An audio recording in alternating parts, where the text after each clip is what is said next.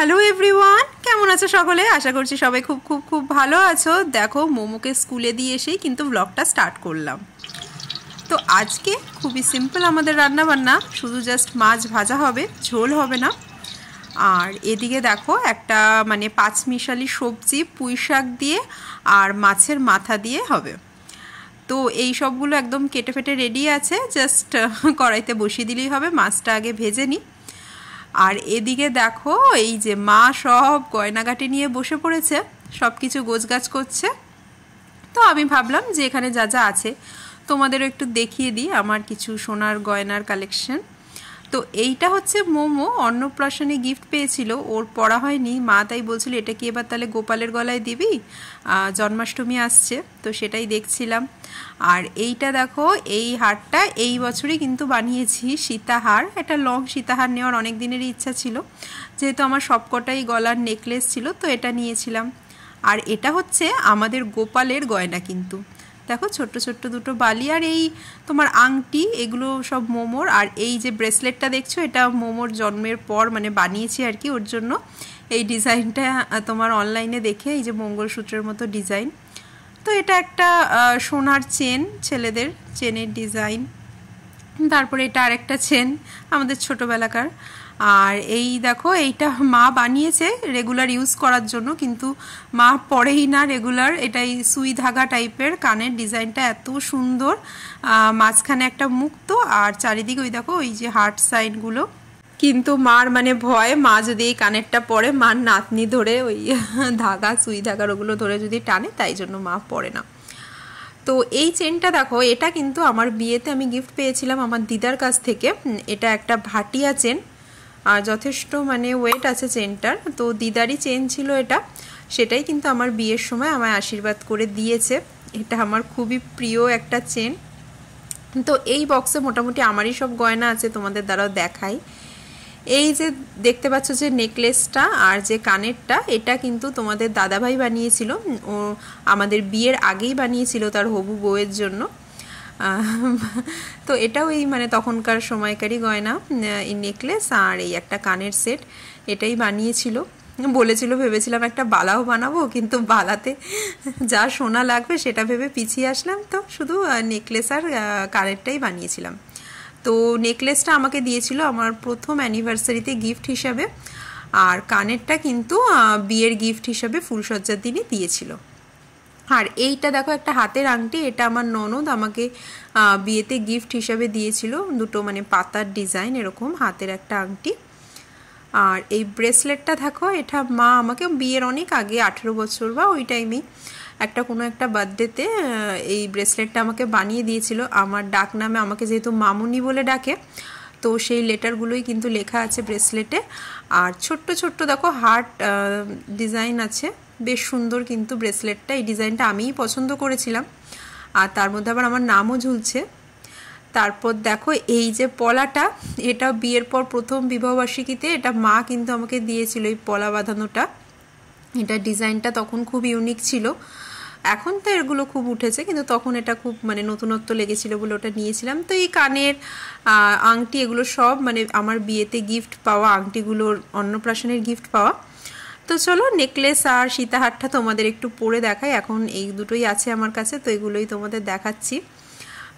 এই মানে সীতাহারের ডিজাইনটা আমার এত পছন্দ হয়েছে, এমনি তো ট্র্যাডিশনাল সীতাহারগুলো আছেই, কিন্তু এটা আমার একটু অন্যরকম লাগলো বলে এটা কিন্তু আমি অর্ডার দিয়ে বানাইনি, এটা অলরেডি তোমার দোকানে ছিল, সেইটা দেখে আমার পছন্দ হয়েছে, তো আমি নিয়ে নিয়েছি। আর গলার নেকলেসের ডিজাইনটাও কিন্তু খুবই সুন্দর, আমার খুবই পছন্দ হয়েছে। তোমাদের দাদাভাইয়েরও পছন্দ আছে বলো?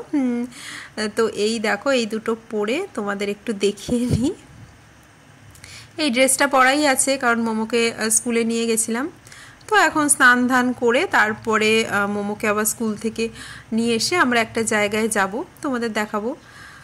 তো বলো কেমন লাগছে হারের ডিজাইনগুলো? আমার তো মানে পরে খুবই ভালো লাগছে, অবশ্যই গলাটা পুরো ভরে গেছে, তাই না? আর সীতাহারটা যেহেতু পরে নেওয়া মানে মোমো হওয়ার পর, তাই জন্য ও এটা ফোনে এই ডিজাইনটা দেখে ওরও খুব পছন্দ, এই হারটা ওর সামনে পরাই যায় না, যখনই আমি পরবো তখনই বলবে মাম্মা এটা আমার হার, তুমি কেন পরছো? আমি কিন্তু ফোনে ফটো দেখে মানে পছন্দ করেছি, এটা ঠিক। মানে ওই দোকানে আরও একটা দুটো হার ছিল, তো এটা ওই পছন্দ করেছিল বলেই কিন্তু বেশি আরও নেওয়া। তো দেখো এই যে ব্রেসলেটের ডিজাইনটা, এটা কিন্তু আমার বোনের ছেলের জন্য বানিয়েছি, ও আসলে ওকে গিফট দেব। মাঝে মাঝে এরকম ওং লেখা আর এরকম সুন্দর ডিজাইন করা একটা ব্রেসলেট, বাচ্চা মানে বড় হয়েও একটু পরতে পারবে, ছেলেদের ব্রেসলেটের ডিজাইন আর কি। এই ব্রেসলেটটা ওর জন্য বানিয়েছি। আর মা দেখো ওর জন্য একটা চেন বানিয়েছে, এই দেখো এটাও কিন্তু বড় হলে পরতেই পারবে, তাই না? তো ওর আসার অপেক্ষা করছি এই গিফটগুলো, তাই ওর জন্য বানিয়ে রেখেছি। তো চলো তোমাদের একটা বালার ডিজাইন দেখাই। এই বালাটা কিন্তু তোমার অনেক পুরনো, অনেক সাবেকি একটা বালার ডিজাইন।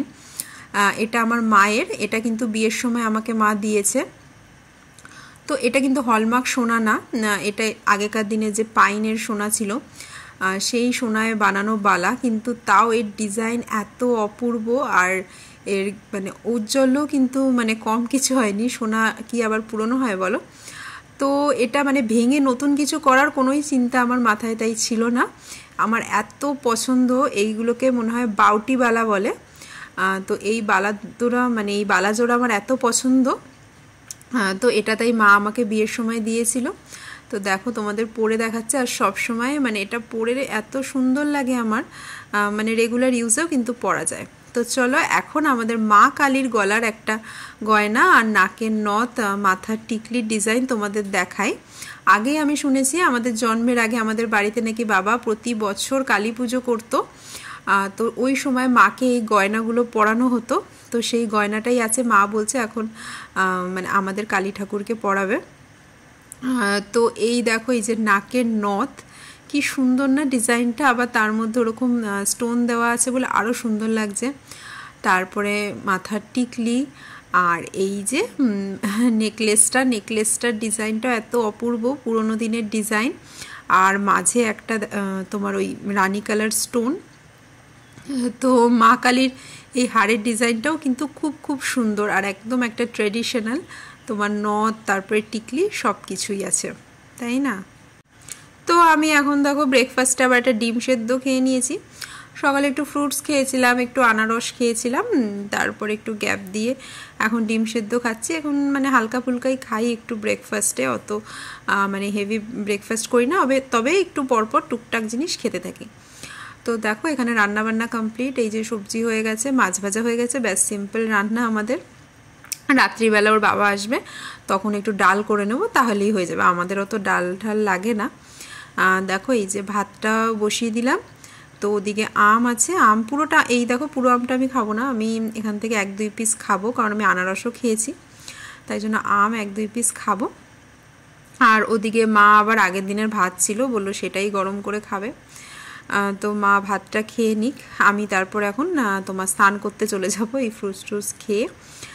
এই যে মার ভাতটাই মাইক্রোওয়েভেই মানে গরম করে দিলাম, তো মা ভাতই খেয়ে নেবে সকালে। তো চলো স্নান ধান করে এবারে বেরোবো আর কি। তো আমি দেখো স্নান ধান করে নিলাম, এবার রেডি হয়ে একবারে বেরিয়ে পড়বো, মোমোকে নিয়ে একবারে চলে যাব। আসলে একটু ব্যাংকে কাজ আছে, ওখানে যাব, মাও যাবে। তো মাকে বললাম যে চলো একবারই চলে যাই রেডি হয়ে, কারণ মোমোকে বাড়িতে আনবো, তারপরে ওকে আবার স্নান ধান করিয়ে নিয়ে যেতে যেতে ওর আবার ঘুম পেয়ে যায়, তো ঘুমিয়ে পড়ে। ওই জন্য বললাম যে চলো তাহলে একবারেই চলে ব্যাংকের কাজটা মিটিয়ে তারপরে বাড়ি ফিরবো। তো তুমি তাড়াতাড়ি খেয়ে নাও, তারপরে আমরা রেডি হয়ে একবারে বেরোবো। তো চলো মা এখন খেতে বসে পড়েছে আর আমি যাচ্ছি স্নান করতে। তো এইমাত্র একটা পার্সেল আসলো, চলো দেখি কি এসছে পার্সেলে। তো এই যে একটা স্কার্ট অর্ডার দিয়েছিলাম ফ্লিপকার্ট থেকে, মানে কালকেই অর্ডার দিয়েছিলাম, আর মানে আমি এত অবাক হয়ে গেছি, আজকে সকালেই চলে এসছে। স্কার্টটার দামও কিন্তু খুব একটা বেশি না। তো দেখো এই যে স্কার্ট অর্ডার করেছিলাম কালকেই, মানে অর্ডার করেছি, আজকেই চলে এসছে কিন্তু। আর মানে কাপড়টাও খুব কমফোর্টেবল, এটা ওই 300 টাকা এরকম রেঞ্জের, যদিও আমি যখন দেখছিলাম 304 টাকা দেখাচ্ছিল আমাকে, কিন্তু যখন সন্ধ্যেবেলা অর্ডার করলো আমার হাজব্যান্ড, তখন ও নাকি 329 টাকা দিয়ে অর্ডার করেছে। ভাবো, দুপুরবেলা একদম, বিকেলবেলা একদম, তো মোটামুটি 300 টাকার আসে, 300 মানে 350-র মধ্যে স্কার্টগুলো এত সুন্দর, কোয়ালিটি আমি আরও একটা মানে অর্ডার করেছি, দেখা যাক ওটা কেমন কি আসে। তো ব্যাগে এখন সব মানে গুছিয়ে নিচ্ছি, জল নিজের জন্য মানে যা না নেওয়া লাগে এখন মেয়ের জন্য সব কিছু গুছিয়ে কিন্তু রেডি হতে হয়। মেয়েকে নিয়ে কোথাও যাওয়া মানে সব গুছিয়ে যাওয়া। তো চলো আমরা রেডি হয়ে গেছি, এবারে বেরোনো যাক। আর দেখো বৃষ্টির জন্য কিছু জামা কাপড় শুকোচ্ছে না, সব দরজার উপরে মেলা নাইটিগুলো। তো আজকে আমরা দুজন মিলে যাচ্ছি, আর টোটোতে আরেকটা যে বাচ্চা যায় ওর বাবা ওকে নিয়ে আসবে। তো মোমো তো ওর মানে দিদুনকে দেখে নিশ্চয়ই আজকে খুব খুব খুশি হবে। এমনিতেও দিদুন আনতে গেলে বা স্কুলে নিয়ে গেলে খুবই খুশি হয়। তো আমরা সেই সবই তাই টুকটাক গল্প করতে করতে যাচ্ছিলাম। তো এই টোটোর দাদাকেই বলেছি যে আমাদের মানে আবার স্কুল থেকে নিয়ে যেখানে আমরা যাব সেখানে নামিয়ে দিতে, তো একবারে এই টোটোতেই চলে যাব।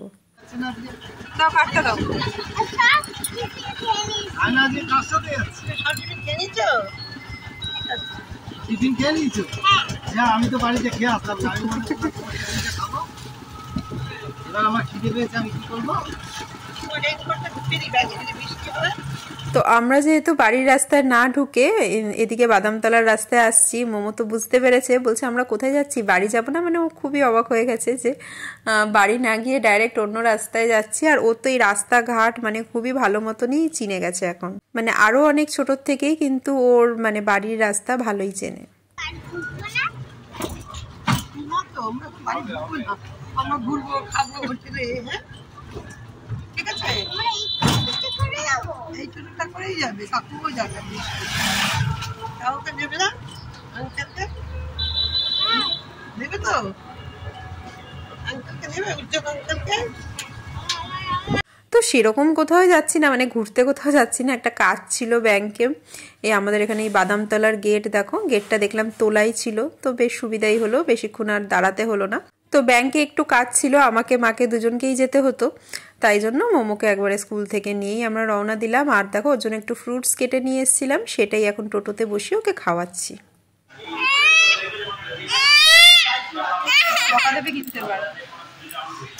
তো এইটা অনেকই পুরনো ব্যাংক আমাদের এখানকার, কিন্তু এখন তো সব ব্যাংকেই তোমার নতুন মতন করেছে, সব এসি টেসি বসিয়ে দিয়েছে, যার জন্য ভেতরে মানে খুবই কমফোর্টেবল লাগছিল। ছোটোবেলায় আসতাম সেই কি মানে ভিড় আর গরম প্রচণ্ড লাগতো, কিন্তু এখন তো মানে এসি লাগানোতে খুবই মানে সুবিধা হয়ে গেছে। আর এখানে দেখো মোমো তো একদম মানে বিন্দাস মুডে আছে আর ড্যান্স করে যাচ্ছে, দেখো ওর কোনো মানে ধার ধারছে না কারোর। ওখানে একজন ফ্রেন্ডও বানিয়ে নিয়েছিল, তার সাথে গল্প গুজব সব কিছু মানে জুড়ে দিয়েছে, আর এখানে ড্যান্স করছে।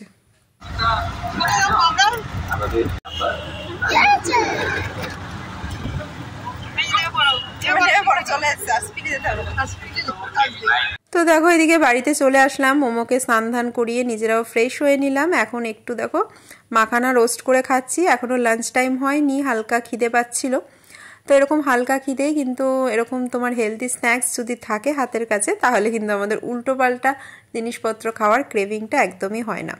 ওই জন্য আমি টাইমে টাইমে অল্প অল্প খাওয়ার মানে অভ্যাস রাখি, যাতে উল্টোপাল্টা খেতে মন না চায়। আর ওদিকে দেখো মোমোকে খাওয়াতে খাওয়াতে এখন ওই 2 কামড় মনে আর খাবে না, তো আমি আমার ভাত নিয়ে বসে পড়লাম, ওদিকে মাও বসছে খেতে। তো চলো আজকের ব্লগটা এখানেই শেষ করছি। তোমাদের আজকে ভিডিওটা কেমন লাগলো অবশ্যই জানিও। টাটা, সবাই খুব ভালো থেকো।